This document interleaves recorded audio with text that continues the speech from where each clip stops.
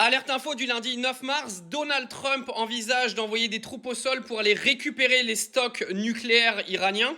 Alors ça a été annoncé par Axios, j'espère que Donald Trump sait ce qu'il fait, parce que je pense que les Iraniens attendent les troupes américaines de pied ferme sur le sol iranien. Pour ceux qui ne savent pas, l'Iran, je crois que c'est 3 fois la superficie de la France. C'est 90 millions d'habitants. Et je pense que si les Américains mettent un pied sur le sol iranien, ça va très mal se passer pour eux, clairement. Sachant qu'en plus, l'intégralité de l'opinion internationale ne va absolument pas valider cette intervention. Donc ce serait quand même quelque chose d'extrêmement risqué pour le président américain. En plus, on verrait ces soldats mourir pour ces désirata personnels. Parce que je tiens à rappeler que les Américains ne veulent pas de cette guerre, et s'il y avait la dose de soldats américains qui venaient à mourir dans cette guerre, Donald Trump, s'en serait fini pour lui aux États-Unis.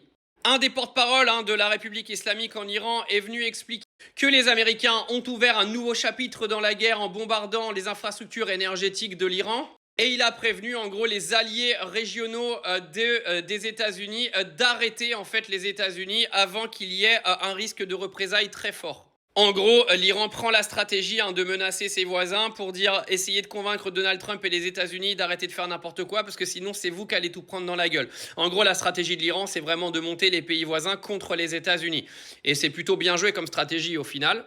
Autre information extrêmement importante, on a l'ONG Human Rights Watch qui accuse Israël d'utiliser illégalement des munitions au phosphore blanc. Alors faut savoir que le phosphore blanc, en fait quand ça retombe, ça brûle, ça met le feu partout et ça brûle des gens.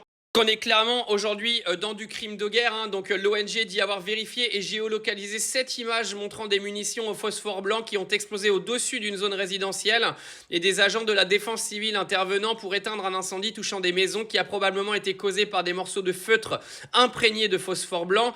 Le phosphore blanc qui s'enflamme au contact de l'oxygène peut être utilisé pour créer des écrans de fumée et éclairer des champs de bataille. Elle peut également être utilisée comme une arme incendiaire et provoquer des incendies, de graves brûlures, des lésions respiratoires, des défaillances d'organes et même la mort. Donc là, Israël est en train de commettre encore une fois des crimes de guerre absolument hallucinants validés par les États-Unis. Mais bien sûr, personne ne dira rien parce qu'on va te dire que tu es antisémite.